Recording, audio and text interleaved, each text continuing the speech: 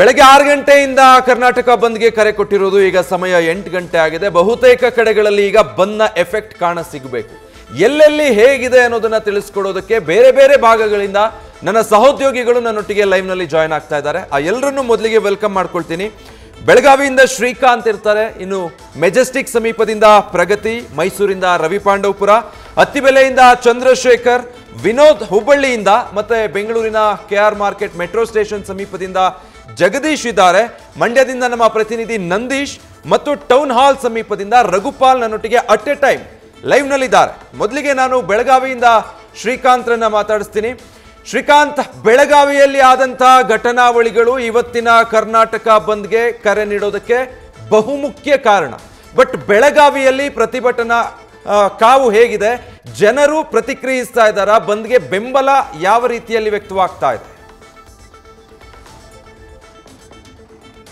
ನೋಡಿ ವಿಜಯ್, ಏನು MES ಹಾಗೇನೆ ಶಿವಸೇನೆ ಪುಂಡರಿಗೆ ಒಂದಿಷ್ಟು ಏನಂತಂದರೆ ಬಿಸಿಯನ್ನು ಮುಟ್ಟಿಸ್ಬೇಕು, ಜೊತೆಗೆ ಅವರ ಆಟಾಟೋಪಗಳಿಗೆ ಬ್ರೇಕ್ ಹಾಕಬೇಕು ಅನ್ನೋ ನಿಟ್ಟಿನಲ್ಲಿ, ಜೊತೆಗೆ ಇತ್ತೀಚೆಗೆ ಏನು ಕನ್ನಡ ಕಂಡಕ್ಟರ್ ಮೇಲೆ ಹಲ್ಲೆ ನಡೀತು ಅದನ್ನು ಖಂಡಿಸಿ ಇವತ್ತು ಏನು ಕರ್ನಾಟಕ ಬಂದ್ಗೆ ವಿವಿಧ ಕನ್ನಡ ಪರ ಸಂಘಟನೆ ಕಾರ್ಯಕರ್ತರು ಏನು ಬಂದ್ಗೆ ಕರೆ ಕೊಟ್ಟಿದ್ದಾರೆ. ಅದು ಏನಂತಂದರೆ ಬೆಳಗಾವಿ ಜಿಲ್ಲೆಯಲ್ಲಿ ಯಾವುದೇ ಎಫೆಕ್ಟ್ ಆಗಿಲ್ಲ. ಪ್ರಮುಖವಾಗಿ ಎಲ್ಲವೂ ಸಹ ಎಂದಿನಂತೆ ನಡೀತಾ ಇರುವಂಥದ್ದು. ನಾನಿದೀಗ ಬೆಳಗಾವಿಯ ಕೇಂದ್ರ ಬಸ್ ನಿಲ್ದಾಣದಲ್ಲಿದ್ದೀನಿ. ಈ ಕೇಂದ್ರ ಬಸ್ ನಿಲ್ದಾಣದಲ್ಲಿ ಸಂಪೂರ್ಣವಾಗಿ ಏನಂತಂದರೆ ಬೆಳಗ್ಗೆಯಿಂದ 6 ಗಂಟೆಯಿಂದಲೇ ಬಸ್ ಸಂಚಾರ ಎಂದಿನಂತಿದೆ. ಯಾವುದೇ ರೀತಿ ಬಸ್ ಸಂಚಾರಕ್ಕೆ ಅಡೆತಡೆ ಆಗಿಲ್ಲ. ಇನ್ನೊಂದು ಕಡೆ ಏನಂತಂದರೆ ಮಹಾರಾಷ್ಟ್ರದಿಂದ ಬರ್ತಕ್ಕಂಥ 190ಕ್ಕೂ ಹೆಚ್ಚು ಬಸ್ಗಳು ಏನಂತಂದರೆ ಸ್ಥಗಿತ ಆಗಿದೆ. ನಿನ್ನೆ ರಾತ್ರಿನೇ ಏನಂತಂದರೆ ಈ ಮುಂಜಾಗ್ರತಾ ಕ್ರಮವಾಗಿ ಯಾವುದೇ ಕಾರಣಕ್ಕೂ ಕರ್ನಾಟಕಕ್ಕೆ ಬರ್ತಕ್ಕಂಥ, ಮಹಾರಾಷ್ಟ್ರದಿಂದ ಕರ್ನಾಟಕಕ್ಕೆ ಬರ್ತಕ್ಕಂಥ ಹಾಗೆಯೇ ಕರ್ನಾಟಕದಿಂದ ಮಹಾರಾಷ್ಟ್ರಕ್ಕೆ ಹೋಗ್ತಕ್ಕಂಥ ಎಲ್ಲ ಬಸ್ ಸಂಚಾರ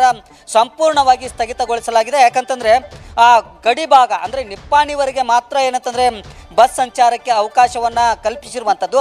ಅದಾದ ನಂತರ ಅಲ್ಲಿ ಏನಂತಂದರೆ ಅವರು ಮಹಾರಾಷ್ಟ್ರಕ್ಕೆ ಹೋಗಬೇಕಾದ್ರೆ ಅಲ್ಲಿ ನಿಪ್ಪಾಣಿ ಮೂಲಕ ಗಡಿ ಭಾಗದಿಂದ ಅವರು ಬೇರೆ ಮಹಾರಾಷ್ಟ್ರದ ಬಸ್ಗಳನ್ನು ಹತ್ತಿ ಏನಂತಂದರೆ ಅವರು ಹೋಗಬೇಕಾದಂಥ ಪರಿಸ್ಥಿತಿ ನಿರ್ಮಾಣ ಆಗಿರುವಂಥದ್ದು.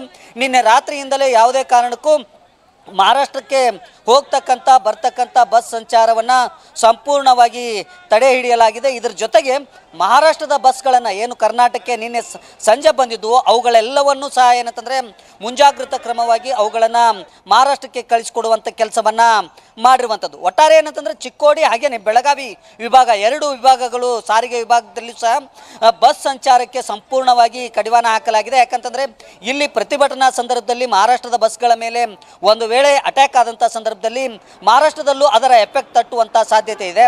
ಹಾಗಾಗಿ ಯಾವುದೇ ಕಾರಣಕ್ಕೂ ಪೊಲೀಸ್ ಇಲಾಖೆ ಒಂದು ಸೂಚನೆ ಹಿನ್ನೆಲೆಯಲ್ಲಿ ಸಾರಿಗೆ ಇಲಾಖೆ ಇಂಥದ್ದೊಂದು ಕ್ರಮವನ್ನು ಕೈಗೊಂಡಿರುವಂಥದ್ದು. ಇನ್ನು ಮತ್ತೊಂದು ಕಡೆ ಏನಂತಂದರೆ ಗೋವಾಕ್ಕೆ ಹೋಗ್ತಕ್ಕಂಥ ಬಸ್ ಸಂಚಾರ ಎಂದಿನಂತಿದೆ. ಜೊತೆಗೆ ಏನಂತಂದರೆ ಕರ್ನಾಟಕದ ಬೇರೆ ಬೇರೆ ಅದರಲ್ಲೂ ಬೆಳಗಾವಿ ಜಿಲ್ಲೆಯ ಗ್ರಾಮೀಣ ಪ್ರದೇಶಗಳಿಗೆ ಹೋಗ್ತಕ್ಕಂಥ ಮತ್ತು ಬರ್ತಕ್ಕಂಥ ಬಸ್ ಸಂಚಾರವೂ ಸಹ ಎಂದಿನಂತೆ ನಡೀತಾ ಇದೆ. ಮತ್ತೊಂದು ಕಡೆ ಏನಂತಂದರೆ ಬೆಳಗಾವಿಯಲ್ಲಿ ನಗರದಲ್ಲಿ ಆಟೋ ಸಂಚಾರ, ಜೊತೆಗೆ ಏನಂತಂದರೆ ಏನು ತರಕಾರಿ ಮಾರುಕಟ್ಟೆ, ಜೊತೆಗೆ ಎಲ್ಲವೂ ಸಹ ಜನಜೀವನ ಎಂದಿನಂತೆ ನಡೀತಾ ಇರುವಂಥದ್ದು. ಯಾವುದೇ ಕಾರಣಕ್ಕೂ ಈ ಬಂದಿನ ಎಫೆಕ್ಟ್ ಏನಿದೆ ಅದು ಏನಂತಂದರೆ ಇಲ್ಲಿ ಕಂಡು ಬರ್ತಾ ಇಲ್ಲ.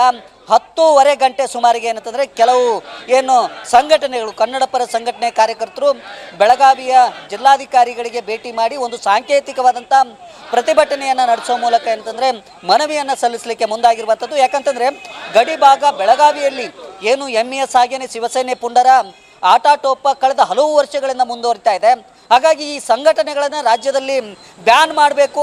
ಹಾಗೆಯೇ ಏನು ಇತ್ತೀಚೆಗೆ ಕಂಡಕ್ಟರ್ ಮೇಲೆ ಏನು ಹಲ್ಲೆ ನಡೀತು ಅದಕ್ಕೆ ಸಂಬಂಧಪಟ್ಟಂಥ ಆರೋಪಿಗಳ ವಿರುದ್ಧ ಕಠಿಣ ಕ್ರಮಗಳನ್ನು ಕೈಗೊಳ್ಳಬೇಕು. ಇಂಥ ಘಟನೆಗಳು ಮರುಕಳಿಸಬಾರ್ದು ಅನ್ನೋ ನಿಟ್ಟಿನಲ್ಲಿ ಈಗ ಏನಂತಂದರೆ ಈ ಒಂದು ಬಂದ್ ಆಚರಣೆ ಮಾಡ್ತಾ ಇರುವಂಥದ್ದು. ಹಾಗಾಗಿ ಅದಕ್ಕೆ ಏನಂತಂದರೆ ಕಡಿವಾಣ ಹಾಕಬೇಕು ಅಂತೇಳಿ ಜಿಲ್ಲಾಧಿಕಾರಿಗಳ ಮೂಲಕ ರಾಜ್ಯಪಾಲರಿಗೆ ಮನವಿ ಸಲ್ಲಿಸಲಿಕ್ಕೆ ಈಗ ಕನ್ನಡ ಪರ ಹೋರಾಟಗಾರರು ಮುಂದಾಗಿರುವಂಥದ್ದು. Vijay, okay, thank you Srikanth. News first ನಿರ್ಭೀತಿಯಿಂದ ನಿಮ್ಮ ಪರವಾಗಿ.